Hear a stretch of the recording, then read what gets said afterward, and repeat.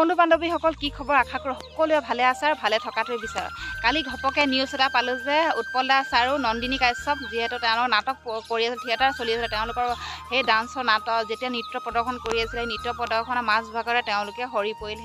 তাৰ পৰা বহুতখিনি আঘাতপ্ৰাপ্ত হৈছে তাৰ পাছত আমাৰ অভিনেতা বৈকুণ্ঠ প্ৰিন্সে এটা মন্তব্য প্ৰদান কৰিছিলে যে এই নাটকখনৰ কথাও কৈছে আৰু তেওঁলোকে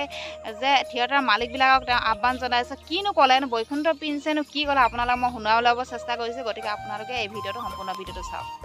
আমি মানুহ একেখিনি কিন্তু একেখিনি মানুহে সমালোচনাও কৰিম একেখিনি মানুহে আলোচনাও কৰিম একেখিনি মানুহে ভাল বুলিও ক'ম নমস্কাৰ ভিডিঅ'টো চাই যদি শ্বেয়াৰ কৰিব আৰু মোৰ পেজটো ফ'ল' কৰি ল'ব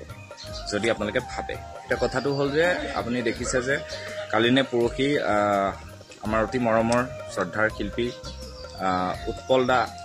থিয়েটাৰ কৰি থাকোঁতে সৰি পৰিছে তললৈ হয় এইটো খুব দেখি খুব বেয়া লাগিল খুব দুখ লাগিল পৰৱৰ্তী সময়ত এনেকুৱা নহওক কাৰণ থিয়েটাৰ কৰি থাকোঁতে আৰ্টিষ্ট এজনে বহুত কষ্ট কৰি পেলাই মঞ্চত অভিনয় কৰে সেইটো মই নিজেই দেখিছোঁ আৰু সেইটো মই এজন সাংস্কৃতিক কৰ্মী হিচাপে মোৰ সেইখিনি উপলব্ধি আছে এতিয়া কথাটো হ'ল মই দেখিছোঁ বহুত মানুহে সমালোচনা কৰিছে যে থিয়েটাৰত তাৰমানে বেছি নৃত্য নাটিকা নিচিনা হৈছে এইটোতো বাৰু হয়ো নোহোৱা নহয় থিয়েটাৰত মানে বহুত এয়া আহি গ'ল মানে কি কয় এইটো চিত্ৰহাৰ টাইপ হ'ল বুলি কিছুমানে লিখিছে চাৰ্কাছ হ'ল হা বিভিন্নজনে বিভিন্ন ভ্ৰাম্যমান বস্তুটো এটা সাংঘাতিক ধৰণৰ ভ্ৰাম্যমানৰ এটা এয়া আছে সাংস্কৃতিক জগতখনত ইয়াৰ এটা সাংঘাতিক অৰিহণা আছে চ' ভ্ৰাম্যমান জগতখনৰ নাটকবিলাকক লৈ সততে বিভিন্ন ব্যক্তি সৰব হৈ থাকে আৰু আমি যিমানবিলাক টক শ্ব' চাওঁ একেখিনি ব্যক্তিকে আনি আলোচনা বানপানী হ'লেও তেওঁলোকক মাতিব সাংস্কৃতিক জগতৰ কিবা হ'লেও তেওঁলোককে মাতিব ভূমিকম্প আহিলেও তেওঁলোককে মাতিব সকলোতে তেওঁলোককে মাতে কাৰণে আমাৰ যিকোনো ধৰণৰ এটা সমালোচনাই বা আলোচনাই এটা গতি নাপায় সেইকাৰণে মই যিটো দেখিলোঁ চবেই কৈ আছে যে মানে প্ৰায়বিলাকে কমেণ্ট দিছে যে নাটকবিলাক এনেকুৱা হ'ল তেনেকুৱা হ'ল সেই মানুহখিনিক যদি আপুনি এখন মানে MSR টাইপৰ নাটক দি দিয়ে সেই মানুহখিনি কিন্তু চাবলৈ নাই আপুনি চাব পাৰে এখন যদি নৰ্মেল নাটক দিয়ে তাত যদি গান বা এনেকুৱা নাচা মানুহ কম বা মোবাইল কেমেৰা কৰিব নোৱাৰে তেতিয়া কিন্তু সেই মানুহখিনিয়ে চাবলৈ নাই মই দেখিছোঁ যেতিয়া ছোৱালীবিলাক ডান্সাৰবিলাক আগলৈ গুচি আহে বা ছোৱালীবিলাকে আগত নাচিব আহে মানুহে মোবাইল বয়সস্থ মানুহে মোবাইল লৈ এনেকৈ ৰৈ থাকে সেই ছোৱালীকেইজনী চাবৰ কাৰণে সেইটো এটা আচলতে লিপচা বা সেইটো এটা মানে তৃপ্তি বুলি ক'ব পাৰি সেইটো চবৰে থাকে এইটো এজ ৱাইজত কথা নাই এইটো মানে চবৰে এটা তেনেকুৱা মই ভাবোঁ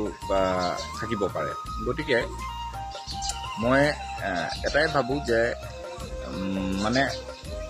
যিখিনি দৰ্শকে কমেণ্ট কৰে সেইখিনি দৰ্শক থিয়েটাৰ চাবলৈ আহে নে নাহে সেইটোও এটা বহুত ডাঙৰ প্ৰশ্ন গতিকে থিয়েটাৰটো হয় চাৰ্কাছৰ নিচিনা কিছুমান হৈছে নোহোৱাও নহয় কিন্তু বাধ্য নাট্যকাৰে লিখিবলৈ বাধ্য কাৰণ তেনেকুৱা নাটক দিলেহে মানুহ চাবলৈ আহে তেনেকুৱা নাটক দিলেহে মানুহে সেই ধৰণে ভিৰ ভাৰ কৰে যদি আপুনি এখন নৰ্মেল গতানুগতিক নাটক দিয়ে তেতিয়া চাবলৈ নাহে এইটো মোৰ প্ৰথম কথা ইয়াৰ পৰৱৰ্তী সময়ত মই ইয়াৰ ওপৰত আকৌ ভিডিঅ' বনাম কিন্তু মই যিখিনি উপলব্ধি কৰিছোঁ যে মানুহে যিটো কমেণ্ট কৰে ফেচবুকত আজিকালি যিহেতু ছ'চিয়েল মিডিয়াৰ যুগত ছ'চিয়েল মিডিয়াক ইম্পৰ্টেণ্ট বহুত বেছি গুৰুত্বপূৰ্ণ ভূমিকা গ্ৰহণ কৰে প্ৰত্যেকটো ক্ষেত্ৰতে সেয়া বাণিজ্যিক হওক সাংস্কৃতিক হওক যিয়ে নহওক কিন্তু কথাটো হ'ল মই ভাবোঁ যে